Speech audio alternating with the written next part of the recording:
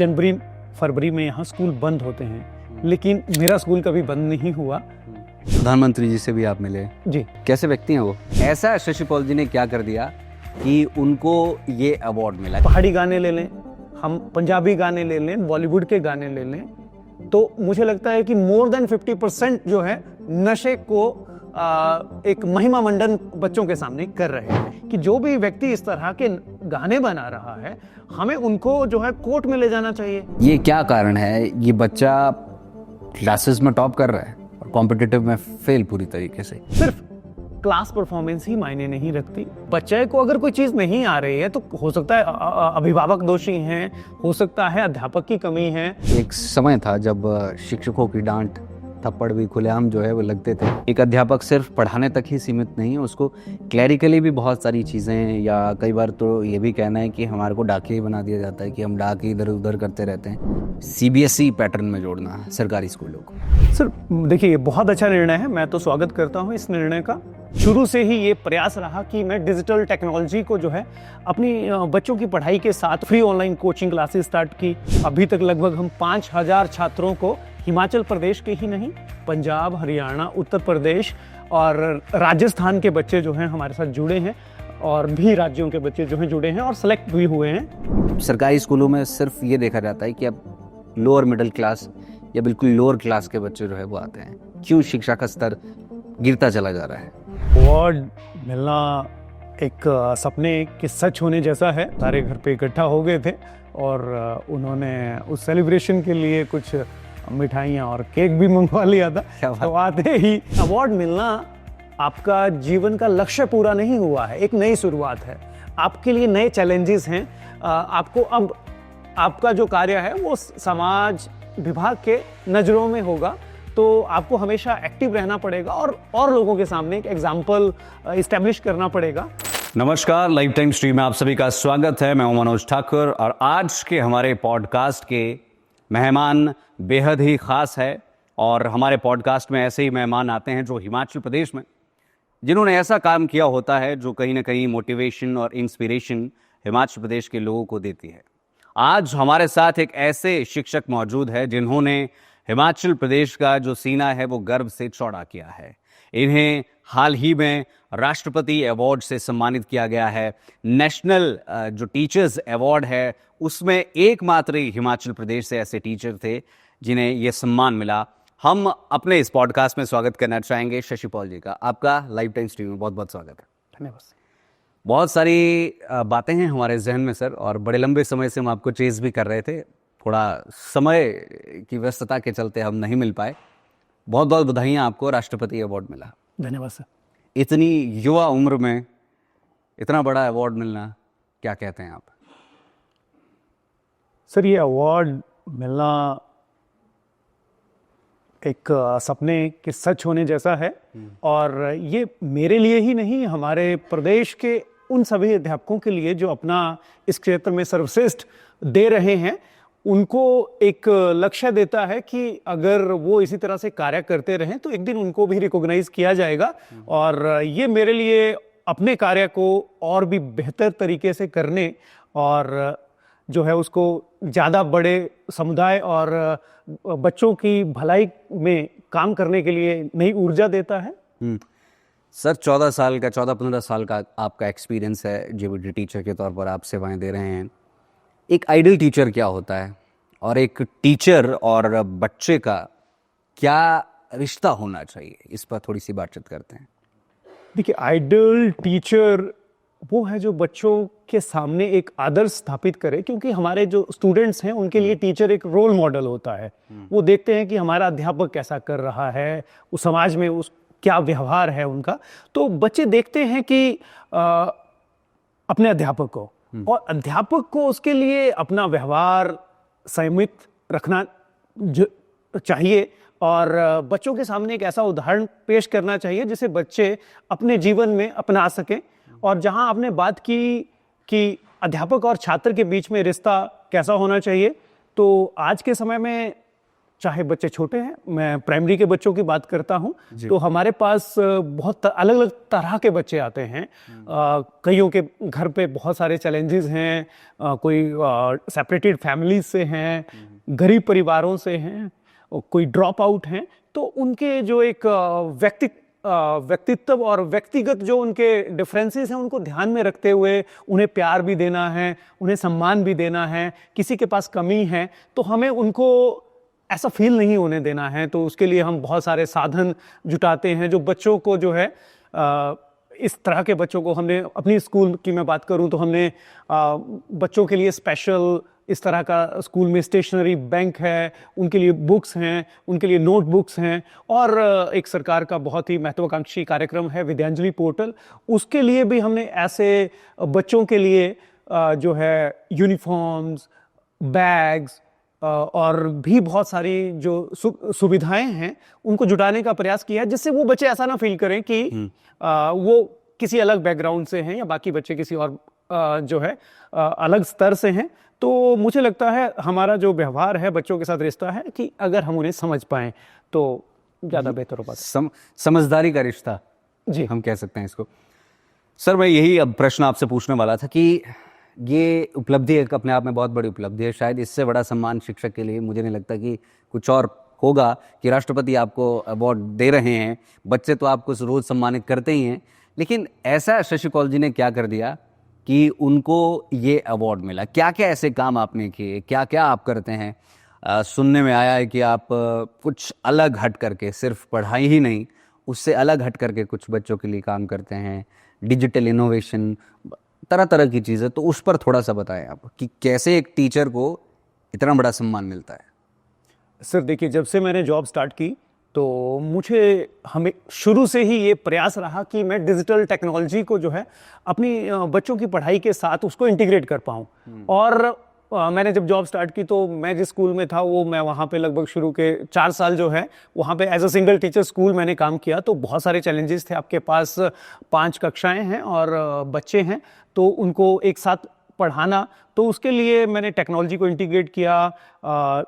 बच्चों को जो है अपने लैपटॉप से, कंप्यूटर से जो है उनको मूवीज़ दिखाना या उनकी स्टडीज़ का जो मटेरियल है उसको सर्च करना कि हम किस तरह से वीडियो के माध्यम से, क्योंकि जितनी हम ज़्यादा मैक्सिमम सेंसेस बच्चे की इन्वॉल्व कर सकते हैं उससे बच्चों का जो है सीखना है वो स्थायी होता है। तो उसके साथ ही मैंने वहाँ पे कंप्यूटर क्लासेस स्टार्ट की, जिस भी स्कूल में प्राइमरी बिल्कुल स्कूल बिल्कुल कंप्यूटर, हाँ, वो 14 साल पहले से स्टार्ट कर दी थी। और उसके बाद ये मेरा जो है 4th स्कूल है। तो इससे पहले भी जो पिछले स्कूल हैं उसमें समुदाय की सहायता से, समाज के जो अग्रणी लोग हैं उनकी हेल्प से जो है हमने जो है मेरा इससे पिछला स्कूल था खड़ियाना, वहाँ पे हमने रोटरी क्लब सोलन से जो है वहाँ पे कंप्यूटर क्लासेस स्टार्ट की।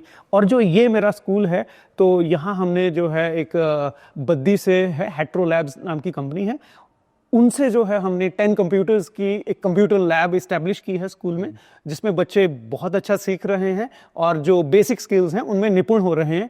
और जहां आपने बात की तो पिछले जब से कोविड का समय आया तो ऑनलाइन क्लासेस एक रियलिटी बनी हमारे लिए। उससे पहले हम भी उतना ऑनलाइन क्लासेस के बारे में ना ही सोचा, ना ही हमें ज़रूरत थी।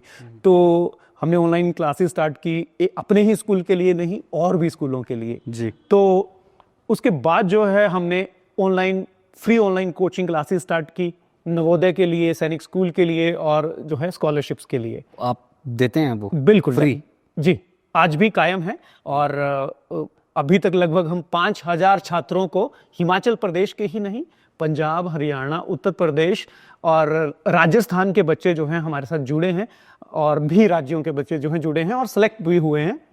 तो आप ये देखिए कि पिछले 5 सालों से हमें जनवरी फरवरी में यहाँ स्कूल बंद होते हैं, लेकिन मेरा स्कूल कभी बंद नहीं हुआ, क्योंकि बच्चों की जो है हम ऑनलाइन क्लासेस लगातार चला रहे हैं पिछले 5 सालों से। तो वो घर से हम 10 to 4 हम स्कूल की ड्यूटी करते हैं, और उसके बाद आज भी 6:30 पे क्लास होगी और जो है हम ले रहे हैं। सर, मैं एक सवाल पूछना चाहूँगा, बड़ा टफ नहीं हो जाता? क्योंकि जब हम आपसे जिस समय पर हम कह रहे थे कि आइए इंटरव्यू करते हैं, बातचीत करते हैं, तो आपकी क्लासेस कहीं ना कहीं बीच में आड़े आ रही थी, तो कभी ऐसा नहीं होता कि किसी फंक्शन में जाना था या कहीं पार्टी में जाना था और फिर बीच में क्लास आ जाती हो, किसको प्रायोरिटी आप देते हैं? सर ये क्लासेस जो है हमने कोलैबोरेशन में चलाई हैं। मेरे एक मित्र हैं प्रदीप कुमार जी, वो भी पिछले 5 सालों से साथ में हम कर रहे हैं। तो अगर ऐसी कोई दिक्कत होती है तो उनको दिक्कत होती है तो मैं देख लेता हूँ, अगर मेरी होती है तो वो देख लेते हैं। चलता कॉन्टिन्यूसली। हाँ, और इसके साथ ही हमने जो इस सिलेबस है नवोदय के लिए, इसको डिजिटल फॉर्मेट में भी मतलब जो रिकॉर्डेड लेसन है हमने यूट्यूब पे भी डाल दिए हैं।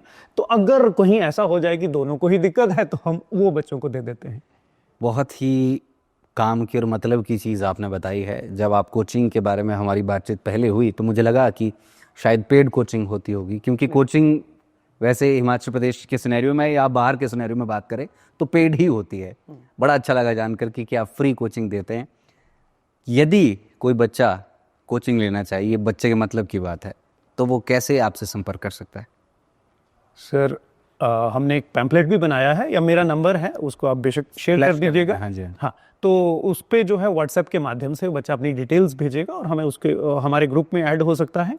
तो इस तरह से वहाँ से ओपन है, इट्स ओपन फॉर एवरीवन। क्या बात है जी, बहुत ही बढ़िया ये कार्य आप कर रहे हैं, और शायद यही सारी चीज़ें हैं जो जिन्होंने आपको ये अवार्ड भी दिलवाया है। जी, उन्हीं बच्चों का आशीर्वाद है। बिल्कुल बिल्कुल। सर, अब अगला सवाल मैं आपसे ये पूछना चाहूँगा कि सरकारी स्कूलों की जब हम बात करते हैं, तो अभी आपने जब इनिशियली बात करी तो आपने कहा कि अलग अलग तबकों के लोग यहाँ पर आते हैं। एक समय था जब यदि मैं बात करूँ तो किसी बड़े नेता का बच्चा भी, एक बड़े अफसर का बच्चा भी, एक गांव के गरीब का बच्चा भी और दिहाड़ीदार का बच्चा भी एक ही स्कूल में पढ़ते थे, सरकारी स्कूल में पढ़ते थे। कल्चरल एक्सचेंज होता था। बड़े घर का बच्चा छोटे घर की चीज़ें सीखता था, छोटे घर का बच्चा बड़े घर की चीज़ें सीखता था। अब ऐसा क्या हो गया है कि सरकारी स्कूलों में सिर्फ ये देखा जाता है कि अब लोअर मिडिल क्लास या बिल्कुल लोअर क्लास के बच्चे जो है वो आते हैं? क्यों शिक्षा का स्तर गिरता चला जा रहा है? शिक्षा का स्तर गिर रहा है ऐसा नहीं मैं कहूँगा। एक तो इसके पीछे कई सारे कारण हैं। लोगों की पेइंग कैपेसिटी भी बढ़ रही है। शायद सभी पेरेंट्स जिसके पास है तो वो चाहता है कि उसका बच्चा अपने घर से उसको पिक किया जाए और शाम को वहीं ड्रॉप किया जाए। ठीक है। और पहले की बात कर रहे हैं आप, उस समय हर नुक्कड़ चौराहे पे जो है प्राइवेट स्कूल नहीं थे। ठीक है। तो और जो है पिछले कुछ समय में सरकार बहुत अच्छा कार्य कर रही है, चाहे हम एनईपी की बात करें या विभिन्न योजना के अंतर्गत जो है एक इंफ्रास्ट्रक्चर डेवलपमेंट की बात की है और हुआ भी है।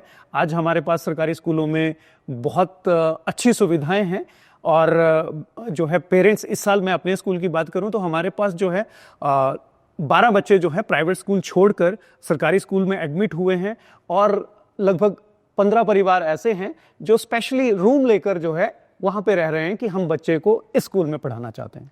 लेकिन आपको नहीं लगता सर कि बीच में शायद एक गैप आया था जी, जब सरकारी स्कूल का बच्चा एकदम से प्राइवेट की तरफ हो गया? जी, अब धीरे धीरे सरकारें जागी है फिर से, जी, कह रही हैं कि हम ये करेंगे या अलग अलग तरह की स्कीमें हैं। जी। आप मानते हैं बीच में हल्का सा गैप आया था? जी, बिल्कुल मानते हैं। और ऐसा है कि देखिए, मैं आपको एक रियलिटी बताऊं तो सरकार और विभाग ही प्राइवेट स्कूलों को भी एफिलिएशन देता है। मेरा जो स्कूल है अभी प्रेजेंटली, उसके आधा किलोमीटर के दायरे में 3 प्राइवेट स्कूल हैं। ठीक है। तो सरकार ने ही खोले हैं और इसमें जो भी समाज की जरूरत है, लोगों की, लोग क्या चाहते हैं अपने बच्चों के लिए, तो उन्हें चुनने का अधिकार है। लेकिन मैं विश्वास करता हूं कि धीरे धीरे जो है वो व्यक्ति जो है, वो जो समाज है, वो वापस सरकारी स्कूलों की तरफ आएगा। और जहां रही बात, आप सिर्फ स्कूलों की ही बात क्यों करते हैं? आप कोई ये बात क्यों नहीं करते कि सरकारी बस में लोग सफर क्यों जो है प्राइवेट बसों में क्यों सफर करते हैं? क्या हमारे ट्रांसपोर्ट में दिक्कत है? या लोग सरकारी अस्पताल में ही जो है इलाज क्यों नहीं करवाते? बड़े लोग इलाज के, हाँ, या प्राइवेट हॉस्पिटल में वो लोग क्यों जा रहे हैं? तो ये हर किसी का एक पेइंग कैपेसिटी है और जो है लोगों को लगता है। हालांकि जब चाहे हम अस्पतालों की बात करें, जब वो प्रॉब्लम जो है हाई उस पर चली जाती है तो एट द एंड वो लोग गवर्नमेंट हॉस्पिटल में ही आते हैं, पीजीआई में आते हैं, आईजीएमसी में जाते हैं जी। ठीक है। तो ये अपना अपना दृष्टिकोण है चीज़ों को लेने का। जी। तो मतलब ऐसी समस्या वाली कोई बात नहीं है। चलिए, इसके बाद अब अवार्ड पर थोड़ी सी बातचीत करते हैं। जिस दिन अवार्ड की घोषणा हुई या जिस दिन आपको पता लगा, अवार्ड तो बाद में मिला, जिस दिन पता लगा उस दिन क्या रिएक्शन था? क्या सपना लग रहा था या सच लग रहा था? आसपास के जो लोग थे उनका किस तरीके का जो है वो रिएक्शन रहा जब पता लगा कि आपको राष्ट्रपति अवार्ड देंगे? सर, जैसा कि मैंने पहले ही आपको बताया कि इस साल जो है मैंने अप्लाई किया था, तो मुझे उम्मीद नहीं थी कि मुझे इस अवार्ड के लिए चुना जाएगा। और जिस दिन ये रिजल्ट आया तो डेफिनेटली बहुत गौरवान्वित करने वाले वो क्षण थे। दिल खोल के बताएं, क्या कर रहे थे आप उस टाइम जब आपको पता लगा कि आपका अवार्ड मिलने वाला है? मैं स्कूल में था सर, बच्चों को पढ़ा रहा था। और हालांकि उन्होंने कहा था कि आप उस पर अप टू डेट रहें, लेकिन मुझे जो है हमारे डिपार्टमेंट की तरफ से ही कॉल आई पहली कि आपका चयन जो है राष्ट्रीय शिक्षक पुरस्कार के लिए हुआ है। और उसके बाद जो है जो भी हमारे मित्र हैं और जो मैं ये कॉल्स का जो है दौर चलता रहा। जब कॉल आई आपको, फिर आपने क्या किया? जैसे ही कॉल काटा उसके बाद क्या किया? मैंने अपने जो कलीग्स थे उनके साथ शेयर की। और अध्यापक हूं तो संयमित व्यवहार तो रखना पड़ता है। और उसी तरह से लड्डू दिल में खुशी है। हाँ, वो मिठाई हमने मंगवाई, बच्चों को बांटी, अपने अध्यापक साथियों को बांटी, क्योंकि बच्चों को सबसे पहले है, क्योंकि उन्हीं की वजह से जो भी हैं हम उन्हीं की वजह से। शायद बच्चों को ये अनुभूति भी नहीं हुई होगी उस समय पर कि कितना बड़ा अवार्ड आपके टीचर को मिलने वाला है। जी डेफिनेटली। उसके बाद मीडिया ने उसको कवर किया और जब 5 सितंबर को जो है बच्चों ने उस कार्यक्रम को देखा और उन्हें सही मायने में उन्हें महसूस हुआ कि आदरणीय जो है राष्ट्रपति महोदय जो है वो सम्मान दे रहे हैं, तो आज उनके लिए भी गर्व का क्षण है कि हमारे जो अध्यापक हैं उन्हें जो है राष्ट्रपति जी द्वारा सम्मानित किया गया है। मैं उस क्षण के बारे में भी बात करूंगा, लेकिन उससे पहले स्कूल की बात तो स्कूल में रही, उसके बाद आप घर आए होंगे। जी। तो आपने घर में पहले ही बता दिया होगा कि दिन में फ़ोन करके बता दिया होगा। जी। फिर घर में कैसे स्वागत हुआ? घर पे जो भी मेरे आस पड़ोस के लोग थे वो सारे घर पे इकट्ठा हो गए थे और उन्होंने उस सेलिब्रेशन के लिए कुछ मिठाइयाँ और केक भी मंगवा लिया था। तो आते ही वो किया गया। थाली से स्वागत हुआ? कुछ ऐसा भी हुआ? खुल के बताइए। नहीं, ऐसा तो नहीं हुआ। लेकिन जो थाली ही उसका या जो है वही माध्यम नहीं, दिलों में खुशी हो और वही एक बड़ी बात होती है। जी। तो उस रात तो आपको नींद भी शायद अच्छे से ना आई हो? हाँ, नींद तो एक्चुअली कॉल्स बहुत लंबे समय तक चलती रही, 10-11 बजे तक। और फोन पे काफी बिजी रहा, हालांकि नींद तो आ गई, नींद आ जाती। क्या बात है। एक शिक्षक सब चीज़ें बैलेंस रखता है, तो खुशी गम सब कुछ बैलेंस। अच्छा, अब उस पॉइंट पर आते हैं कि जब आपको अवार्ड दिया जा रहा था, हमने भी वो वीडियोस देखे, लाइव टाइम्स टीवी पर भी वो चले, बहुत सारे मीडिया हाउसेस पर चले, सब बधाइयाँ दे रहे थे। वो क्या क्षण थे उस समय पर? बड़ी बड़ी पर्सनैलिटीज़ आपके बिल्कुल साथ बैठी हैं, एक बहुत बड़ी पर्सनैलिटी आपका इंतज़ार कर रही है कि आप आएँ और अवार्ड लिए, तालियां बज रही है, आपका नाम लिया जा रहा है, प्रदेश का नाम लिया जा रहा है। उस क्षण को थोड़ा सा बताएं कि वो क्या क्षण था? नर्वसनेस थी या क्या था? एक्साइटमेंट थी? उन चीज़ों पर थोड़ी सी बात करते हैं। सर, जैसे कि लाइक ड्रीम कम्स ट्रू, तो वैसी स्थिति थी और बहुत अच्छा लगा। मतलब मैंने आपको पहले ही कहा कि एक सपने के सच होने जैसा है उन आदरणीय जो है राष्ट्रपति महोदय के सामने खड़े होना, वो सम्मान पाना, और इसके साथ ही जो हमारे देश के और अध्यापक थे जो इस अवार्ड के लिए चुने गए थे, उनके कामों को जानना, उनसे मिलना और अपने अपने क्षेत्र में, अपने एरिया की, अपने प्रदेश की अलग अलग चुनौतियां हैं, उनको उन्होंने किस तरह से पार पाया, फिर उसके बाद प्रधानमंत्री जी से मिलना, ये सब एक लाइफ टाइम अचीवमेंट है और मुझे लगता है कि ताउम्र याद रहेगी और इसको हम जीते भी रहेंगे। जी। तो प्रधानमंत्री जी से भी आप मिले? जी। कैसे व्यक्ति हैं वो? बहुत ही अद्भुत और एक ऊर्जावान व्यक्तित्व है। उनसे मिलना, शायद उससे पहले जितना हमने उन्हें देखा था, तो इतने बिजी शेड्यूल में और हर समय जो है इतना एक्टिव दिखना और चीज़ों को जो है लोगों के सामने रखना, वो एक बहुत ही उनकी काबिल तारीफ जो है व्यक्तित्व है।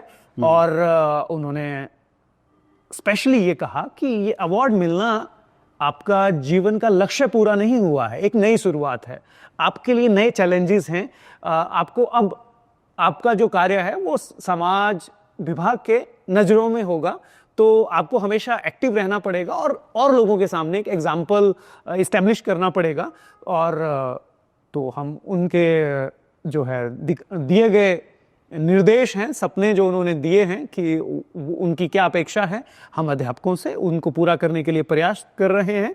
और मुझे बहुत खुशी है कि जो हमारा ये ऑनलाइन कोचिंग का जो मॉडल है, अब प्रदेश के कई अन्य अध्यापक भी, चाहे जेएनवी के लिए है या कुछ और स्कॉलरशिप के एग्ज़ाम होते हैं, उनके लिए जो है उसको रेप्लिकेट कर रहे हैं। और इससे ज़्यादा खुशी की क्या बात हो सकती है, क्योंकि किसी भी पुरस्कार को देने का जो असली उद्देश्य है वो है कि समाज में बच्चों की भलाई होनी चाहिए, उनकी शिक्षा का स्तर ऊपर उठे, परिवर्तन समाज में। जी। तो आपके जहन में ये आया होगा जब आप प्रधानमंत्री मोदी जी से मिले कि ये इतनी बड़ी पर्सनैलिटी ऐसे ही नहीं बन गए, कुछ तो बात है इनमें, जी, है ना? बिल्कुल ऐसा लगता है जब उस तरह के व्यक्तित्व से मिलते हैं, जैसे हम आपसे मिल रहे हैं, कि आपको ये पुरस्कार यूं ही नहीं मिल गया, उसके पीछे की मेहनत और जो लगन रही है वो बड़ी इम्पॉर्टेंट है। अच्छा, अवार्ड जब आपको मिला सर, तो आसपास के लोगों का बिहेवियर कुछ चेंज हुआ, कलीग्स का, प्रिंसिपल का, या हेडमास्टर का, या रिश्तेदारों का? डेफिनेटली जब आपको कोई रिकॉग्निशन मिलती है आपके कार्यों को, तो आपके द्वारा कही जा रही बात, आपके द्वारा किए गए कार्यों को जो है एक अलग नज़रिए से देखा जाता है। चाहे वो आज आपने मुझे यहाँ बुलाया जी, तो आज से पहले तो नहीं बुलाया, बिल्कुल। ठीक है, तो ये उस अवार्ड के ही कारण है, ठीक है, काम तो हम पहले भी कर रहे थे, तो वो समाज विभाग और का नज़रिया है। और अब ये है कि हमें किसी जो है सोशल पर्सनैलिटी है, कोई ऐसा व्यक्ति है जिससे हमें अपने स्कूल के लिए सहायता लेनी है, वो आसान हो गया, ठीक है। कहीं विभाग से हमें कोई सहायता चाहिए, वो आसान हो गया, तो ये इसके साथ। बिल्कुल सही बात। अच्छा, आप जब पहले बात कर रहे थे कि जैसे आप कंपनीज के साथ टाई अप करते हैं, तो आप खुद ही इनिशिएट करते हैं? जैसे आपने 10 कंप्यूटर्स के लिए कहा कि 10 कंप्यूटर्स दीजिए हमें, तो आप कंपनीज से खुद बात करते हैं? सर, इसके पीछे एक छोटी सी स्टोरी है। एक कंपनी के एम्प्लॉय थे, उनका बच्चा हमारे साथ ऑनलाइन कोचिंग में जुड़ा, और उस बच्चे की सिलेक्शन भी हुई नवोदय के लिए। तो उन पेरेंट का जो है कॉल आई कि ऐसे ऐसे करके मैं यहाँ काम करता हूँ और बहुत खुशी की बात है कि जो है मेरा बच्चा सिलेक्ट हो गया है, तो मैं आपकी क्या हेल्प कर सकता हूँ। तो वो चाह रहे थे कि वो मॉनेटरी उसमें हेल्प करें आपकी, कि आप इतना खर्चा करते हैं इन कोचिंग क्लासेस के लिए, तो लेकिन वो तो हमें नहीं चाहिए थी। तो उन्होंने बताया कि फिर हमने बात किया कि आप इतनी बड़ी इंडस्ट्रियल एरिया में रहते हैं, क्या कुछ ऐसा हो सकता है कि हमारे स्कूलों को आप कुछ कंप्यूटर्स उपलब्ध करवा पाएँ। मैंने अपेक्षा की थी कि 3-4 अगर मिल जाएं तो हमारे लिए पर्याप्त होगा, लेकिन मैंने रिक्वेस्ट दी थी हमने 10 कंप्यूटर्स के लिए, और उन्होंने उसे सहज स्वीकार कर लिया। तो ये एक बड़ी जीत थी हमारी। क्या बात है जी, बहुत बढ़िया। सर, इस अवार्ड के, जो आपको नेशनल अवार्ड राष्ट्रपति जी से मिला है, इस अवार्ड के आपके लिए क्या मायने हैं, और इसके वैसे, मतलब मैं वैसे बात नहीं कर रहा हूँ, वैसे इसके एक्स्ट्रा क्या फ़ायदे हैं? सर, मेरे लिए मायने ये है कि मेरे को एक जो भी कार्य हम अभी तक हम कर रहे हैं उसको करने के लिए एक नई ऊर्जा मिली है, और एक रिस्पॉन्सिबिलिटी है कि अब जो है समाज के सामने अपने जो अध्यापक फ्रेटर्निटी है उनके सामने कुछ और नया क्या कर सकते हैं हम, कैसे हम अपने प्रदेश के जो है शिक्षा के स्तर को जो है बेहतर बना सकते हैं, कैसे अपने सरकारी स्कूलों को और बेहतर बना पाएं, ये इस तरह से देखता हूँ। सर, कभी आपने स्टेट जो अवार्ड्स होते हैं उनके लिए भी कभी अप्लाई किया था? इस वर्ष अप्लाई किया था। ओके, हाँ जी। चलिए, बहुत बढ़िया। स्टेट की जगह नेशनल, क्या बात है, ये अपने आप में एक बहुत बड़ी बात है जी। इस स्टेट वालों को थोड़ा इस पर विचार करना चाहिए कि आप स्टेट वाले कंसिडर नहीं कर रहे हैं उस चीज को, और नेशनल वाले इतने बड़े लेवल पर कंसिडर हो रही है? नहीं नहीं, कंसीडर हो गया था सर। अच्छा, फिर वो, हाँ, फिर जब नेशनल के लिए चयनित हो गया तो उसके बाद जो है स्टेट मैं अपने अथॉरिटीज शब्द वापस लेता हूँ। स्टेट अथॉरिटीज ने जो है उसके लिए एक विड्रॉल के लिए जो है मैंने एप्लीकेशन दे दी कि मुझे नेशनल के लिए चयनित हो चुका हूँ। और पहली बार ही आपने अप्लाई किया था? हाँ, नेशनल के लिए मैंने सेकंड टाइम किया था और स्टेट के लिए पहली बार किया था। ओके, क्या बात है, बहुत बढ़िया जी। सर, आप जैसे लोग जब मिलते हैं, आप जैसे शिक्षक जब मिलते हैं, तो जब माँ बाप या बच्चे भी इस पॉडकास्ट को, इंटरव्यू को देखेंगे, आज के बच्चे नशे की गिरफ्त में बहुत ज़्यादा है। चिट्टा जैसा नशा, भयंकर नशा बहुत ज़्यादा फैल रहा है। एक शिक्षक के तौर पर आप क्या राय देना चाहते हैं कि कैसे इस नशे से बचा जाए, कैसे इससे दूर रहा जाए? सर देखिए, इसमें जहाँ तक हम सिर्फ प्रभाव देख रहे हैं कि क्या हो रहा है, बच्चे क्यों नशे की तरफ जा रहे हैं, नशे कर रहे हैं, लेकिन अगर हम कारण की तरफ जाएं तो ज़्यादा बेहतर होगा कि हम एक अभिभावक के रूप में बच्चे के सामने क्या परोस रहे हैं। हमारे घर में शादी होती है, कोई पार्टी होती है, तो वो नशे के बिना अधूरी हो रही है हमारे समाज में। हमारे, चाहे हम अपने पहाड़ी गाने ले लें, हम पंजाबी गाने ले लें, बॉलीवुड के गाने ले लें, तो मुझे लगता है कि मोर देन 50% जो है नशे को एक महिमा मंडन बच्चों के सामने कर रहे हैं। तो एक टीनेज जो बच्चा है उसके लिए तो वही, जब हम उसके लिए इतना ज़्यादा उस नशे को इंटरेस्टिंग बना देते हैं, एक बच्चे को एक अचीवमेंट के रूप में दिखा देते हैं, तो बच्चा स्वाभाविक रूप से जाएगा। और जहाँ तक अगर कोई बच्चा चला गया है तो मुझे लगता है कि आज के समय में सबसे बड़ी जिम्मेवारी हम अभिभावकों की है कि हम बच्चों को देखें कि हमारे बच्चे क्या कर रहे हैं, अपने व्यवहार को देखें कि हम, अगर मैं नशा कर रहा हूँ तो मैं अपने बच्चे को कैसे रोकूंगा। ठीक है। और उसके बाद है कि अगर मान लो ऐसा हो भी गया है तो हमें बच्चे को सपोर्ट करना है, उसको जहाँ भी काउंसलर से कोई हेल्प चाहिए, समाज में वो बच्चे जो हैं, बच्चों को जो है हम खेलों से जोड़ें, और सोशल मीडिया है, किताबें हैं। आज के समय में हम बहुत ज़्यादा, एक बड़ा कारण जो मैं देखता हूँ एक अभिभावक के रूप में, कि हम जो है, जब तक बच्चा हमारे पास है, चाहे वो 10th कर रहा है, +2 कर रहा है, तो हम बच्चे का माहौल जो है इतना सीमित कर रहे हैं, उसका दायरा, कि बच्चे को सिर्फ पढ़ाई ही उसके लिए सब कुछ है। ठीक है। और जैसे ही वो बच्चा उन पेरेंट्स के उस गिरफ्त से बाहर निकलता है, फिर तो उसे समझ नहीं आता है कि उसे करना क्या है। तो उसके लिए तो बहुत सारी, अब मैंने बात की कि हमारा जो मीडिया है, हमारी जो सॉन्ग्स हैं, मूवीज़ हैं, वो उसको बहुत ज़्यादा इंटरेस्टिंग बना रही है, तो बच्चा उसको समझ नहीं पा रहा है। तो हमें, मुझे लगता है कि ऐसे गानों को भी बैन करना चाहिए और एक कदम उठाना चाहिए हमारे सरकारों को भी, कि जो भी व्यक्ति इस तरह के गाने बना रहा है, हमें उनको जो है कोर्ट में ले जाना चाहिए। ठीक है। और जो भी बच्चे हैं अगर कहीं चले गए हैं तो उनको हमें सपोर्ट करना है।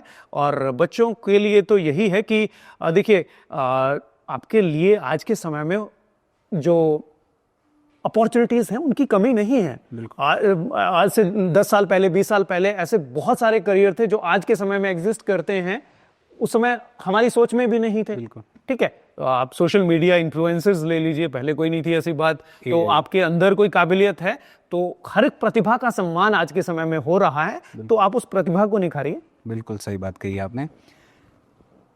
एक आइडल शिक्षक तो आप है ही, एक आइडल बच्चा क्या होना चाहिए, उसकी क्या आदतें होनी चाहिए, एक आदर्श बच्चा जिसको हम कहें, इस पर आपका क्या टेक है? आदर्श बच्चा, देखिए, इंडिविजुअल डिफरेंसेस हैं और उनके अनुसार जो है बात होती है। तो आदर्श बच्चा है जिसमें सीखने की जिज्ञासा हो और जो अपने अध्यापकों और अभिभावकों के जो एक एक्सपेक्टेशंस हैं उनके अनुसार कार्य करे, जो सामाजिक हमारे मूल्य हैं उनको जाने, उनको अपने लाइफ में आत्मसात करें। भगवान श्री राम जो है हमारे पास इतने बड़े आदर्श हैं, तो ऐसी जो हमारी महान जो भी आइडियल पर्सनैलिटीज़ रही हैं उनको पढ़े, उनके बारे में सीखे, समझें। आप उन बच्चों को क्या कहना चाहेंगे, उन पेरेंट्स को क्या कहना चाहेंगे जिनके बच्चे बहुत शैतान, शरारती होते हैं? क्या उनको रोकना चाहिए उस चीज़ से कि बच्चा बड़ा शैतान है, केयरलेस है, छोटी उम्र में, मतलब 4-5 साल का बच्चा, 6 साल का बच्चा, उस बच्चे को आप किस तरीके से देखते हैं? देखिए, शैतानी जो है वो बच्चे का स्वाभाविक गुण है। और शैतानी कब आती है?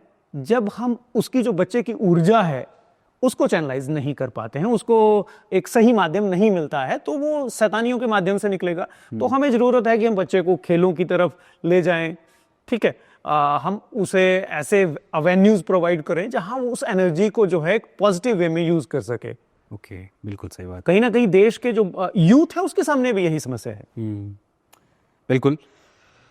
अब कुछ मामले ऐसे भी आते हैं सर, अब बच्चों पर तो हमने बहुत बात कर ली, लेकिन कुछ शिक्षक ऐसे भी है जो स्कूल तो पहुंचते हैं लेकिन उनके कदम जो है वो संभले नहीं होते हैं, कभी इधर कभी उधर, नशे में वो धुत होते हैं, कभी पौआ लेकर आते हैं, कभी अधिया लेकर के आते हैं, और सरकारी स्कूलों में ये देखने को अक्सर मिलता है। ऐसे टीचर्स को लेकर आपका क्या कहना है? और मैं आपका जस्ट वैसे ऑफिशियल तो नहीं अनऑफिशियल सा है यहाँ पर जानना चाहूँगा कि ऐसे टीचर्स का होना क्या चाहिए, क्या कार्रवाई होनी चाहिए?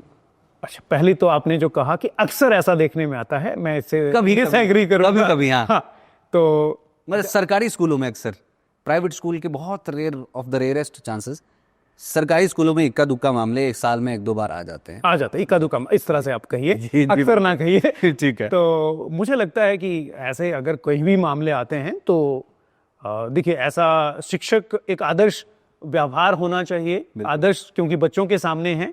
तो अगर ऐसा कुछ आता है तो मुझे लगता है ऐसे लोगों को दंडित किया जाना चाहिए, क्योंकि वो हमारे शिक्षक समाज के ऊपर एक कलंक है।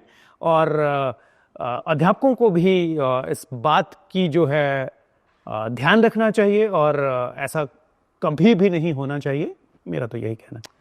हिमाचल प्रदेश पूर्ण साक्षर राज्य बन चुका है लिटरेसी की जब हम बात करते हैं, और नंबर 1 है। वैसे तो बहुत सारे स्टेट्स हैं लेकिन उसमें भी नंबर 1 अगर हम परसेंटेज की बात करें।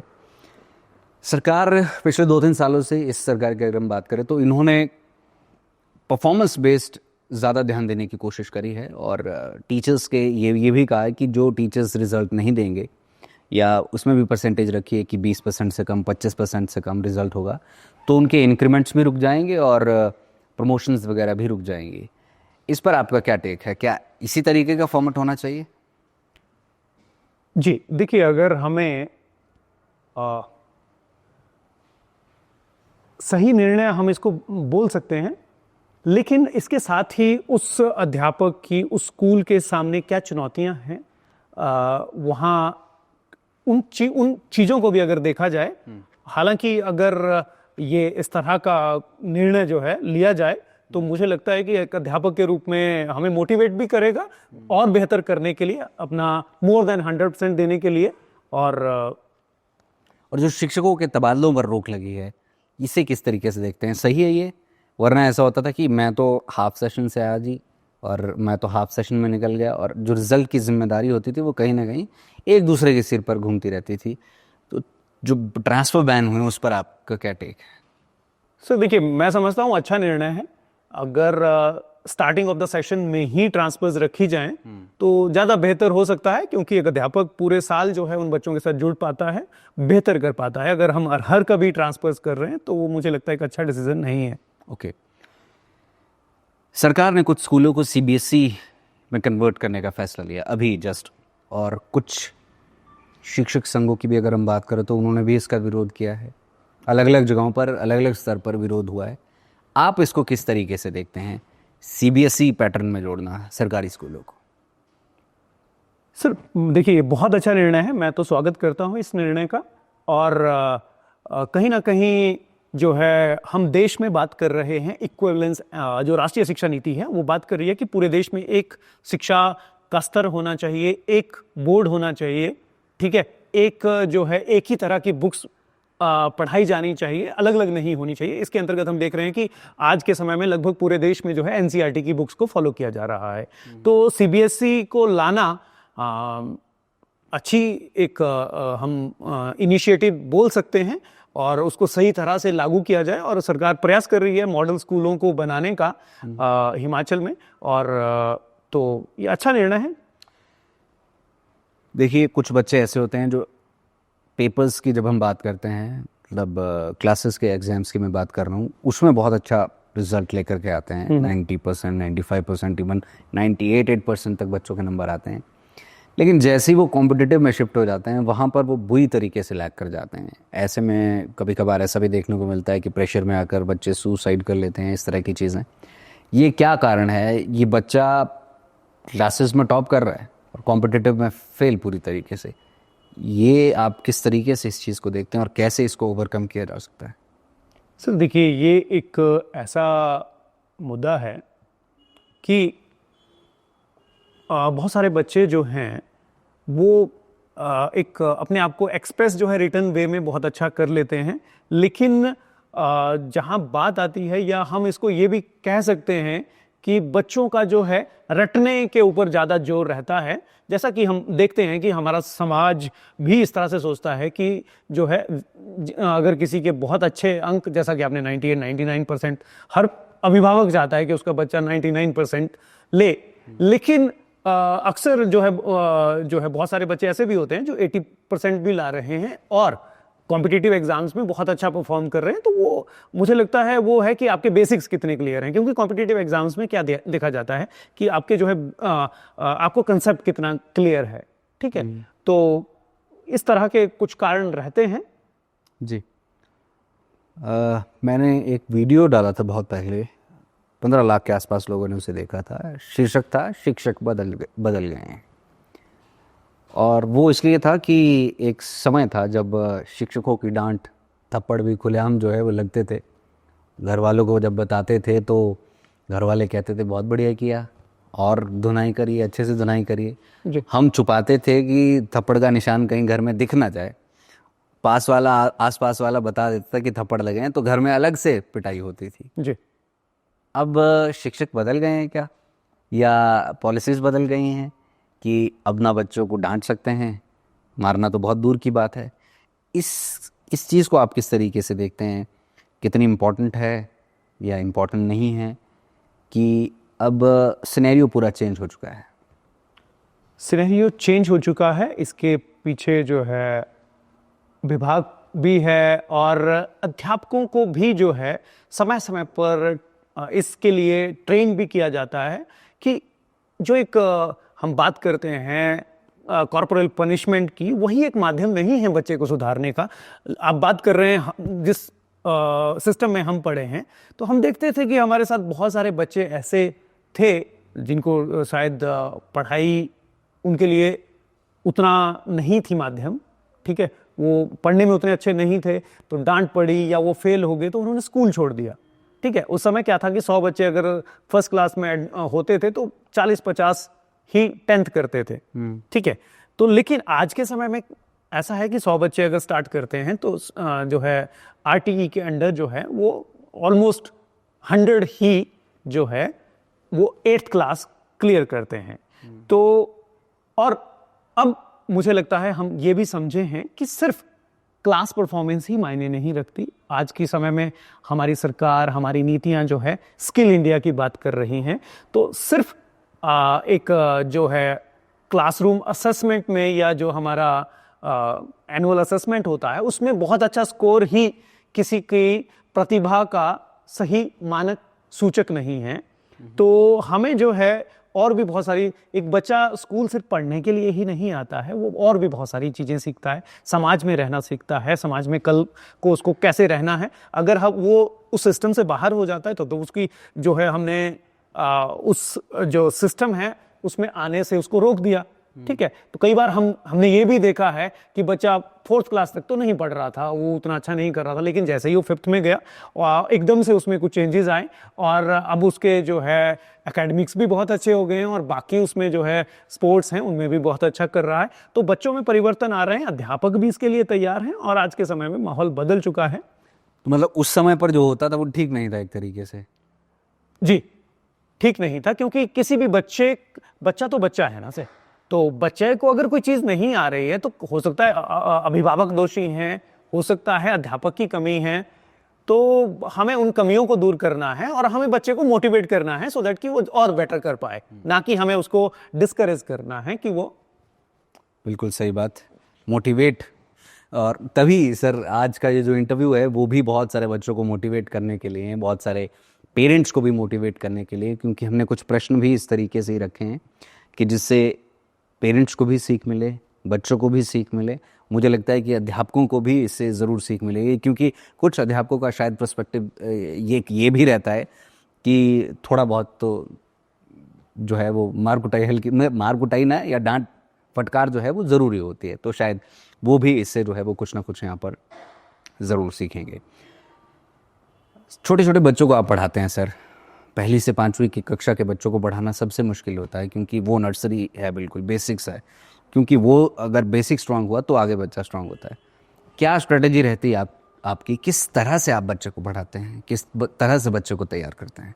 देखिए, अध्यापक के लिए सबसे पहले जो सबसे जरूरी है वो है बच्चों को जानना, बच्चों को समझना और बच्चों से जुड़ना।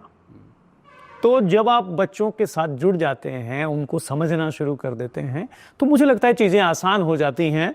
आप बच्चों के स्तर पर जब अपने आप को रख पाते हैं, तो मुझे तो कभी इस तरह के चैलेंजेस नहीं आए हैं।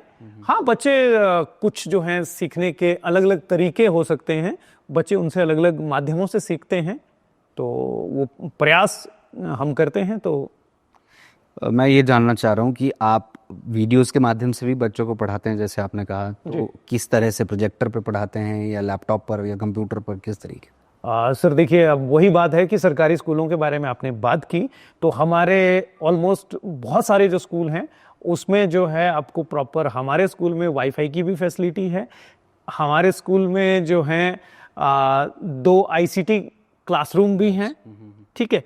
तो इसके साथ ही और भी माध्यम हैं जिनके माध्यम से हम बच्चों को जो है, चाहे वो टैबलेट्स हैं, चाहे हम कंप्यूटर्स हैं, उनके माध्यम से जो है बच्चों को जो है यूज़ करते हुए बच्चों की शिक्षा को बेहतर बना सकते हैं। और आज के समय में आप ये देखिए कि YouTube पे बहुत सारे अच्छे देश भर के बहुत अच्छे अध्यापक हैं जो वहाँ पे उन टॉपिक्स को और बेहतर करने का प्रयास करते हैं।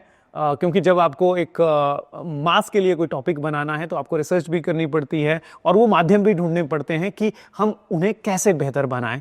तो हम होल हार्टेडली उनकी भी हेल्प लेते हैं और बच्चों को भी जो है अलग अलग शिक्षकों से, और ऐसा ना हो कि मेरे जैसे शिक्षक से या जो उनको डेली उनके सामने आ रहा है उससे बोर हो जाएं, तो अलग अलग लोगों से सीखने का अवसर मिलता है, तो अच्छा सीखते हैं। बिल्कुल। अच्छा, एक सवाल मेरे जहन में है, पूछना नहीं चाह रहा था, एकदम से क्लिक कर गया।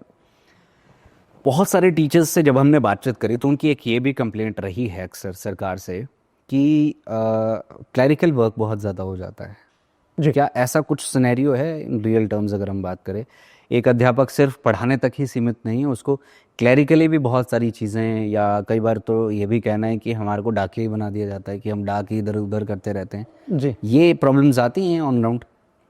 सर देखिए, हमारे स्कूलों में जो है अध्यापकों की कमी तो है। हमारे स्कूल में हमारे जो है राज्य में इस समय लगभग 3000 से ज़्यादा ऐसे प्राइमरी स्कूल हैं जहां केवल एक अध्यापक है। तो और जो भी आपको डॉक्यूमेंटेशन है या डाक जिसको आप बोलते हैं, तो वो भी समय समय पर इंफॉर्मेशन सरकार को और विभाग को देनी पड़ती है। तो डेफिनेटली जहाँ पे एक अध्यापक है वहाँ पे इस तरह की चुनौतियाँ ज़्यादा हैं, लेकिन जहाँ एक से ज़्यादा है तो वहाँ लोग मिलजुल के उस काम को कर लेते हैं और ठीक रहता है। इस पूरे पॉडकास्ट में से जो एक चीज़ मुझे सीधे तौर पर समझ आई, वो ये समझ आई कि शशि पॉल जी बड़े ही पॉजिटिव किस्म के इंसान हैं और पॉजिटिव किस्म के शिक्षक है। और अच्छा लगता है ऐसा जब इस तरह के व्यक्ति समाज को शिक्षित करते हैं, उन्हें जो है वो ज्ञान बांटते हैं। आपने अपना कीमती समय हमारे साथ साझा किया, आपका बहुत बहुत धन्यवाद। और अंत में जाते हुए बच्चों के लिए आपका क्या संदेश है वो जानना चाहेंगे। सर बच्चों के लिए देखिए, बच्चे आज के समय में मुझे जो एक लगता है कि बच्चों के अंदर अगर जिज्ञासा है तो उनके लिए साधनों की कमी नहीं है। और बच्चों को ये समझना बहुत ज़रूरी है कि सिर्फ किताबें और सोशल मीडिया तक ही ये दुनिया नहीं है, उससे बाहर हम निकलें, हम देखें कि हमारे समाज की क्या चुनौतियां हैं, क्या समस्याएं हैं और उनको सुलझाने का प्रयत्न करें। तो आप देखते हैं कि आज के समय में बहुत सारे ऐसे लोग हैं जिन्होंने इन चुनौतियों के को सुलझाने के लिए एक मॉडल दिया और समाज में उनको रिकॉग्निशन भी मिली है, और ऐसे बहुत सारे करियर हैं तो उनको बच्चे अपना सकते हैं। और कोशिश करें कि नशों से दूर रहें, क्योंकि अगर आप नशों की तरफ जाते हैं तो वो एक ऐसा दलदल है जिसमें आप फंसते ही जाते हैं, और जो हमें शारीरिक और पारिवारिक और सामाजिक रूप से हमें कमजोर करता है, और जो हमने अपने लक्ष्य निर्धारित किए हैं उनसे कहीं दूर ले जाता है। एक अंतिम प्रश्न, आप अपना आदर्श किसे मानते हैं? सर, आदर्श जो है, एक अध्यापक जब आप बन जाते हैं तो आदर्श आपके लिए एक नहीं होता है, बहुत सारे हो जाते हैं। अगर हम आध्यात्मिक रूप से देखें तो भगवान श्री राम हैं, और उसके बाद जो हमारे समाज में बहुत से गणमान्य लोग हुए हैं, विवेकानंद जी हैं, महात्मा गांधी जी हैं, सुभाष चंद्र बोस जी हैं, जिन्होंने सीमित संसाधनों और बड़ी बड़ी चुनौतियों से के होते हुए हमारे देश के सामने, पूरी दुनिया के सामने ऐसे उदाहरण पेश किए हैं। तो ऐसे बहुत से जो भी महान व्यक्तित्व हैं उनसे समय समय पर सीखने के लिए, और जो चुनौतियां आती हैं उसके अनुसार उनके द्वारा किए जा रहे कार्यों को अपनाकर जो है उनसे सीखने का प्रयास करते हैं। जी, क्या बात है, बहुत अच्छा लगा शशिपाल जी आपसे बात करके, और आपने बहुत अच्छी अच्छी बातें हमारे जितने भी दर्शक हैं उनको बताई। आपने अपना कीमती समय निकाला, आपका बहुत बहुत धन्यवाद। धन्यवाद सर। देखते रहिए live times TV for true next reporting.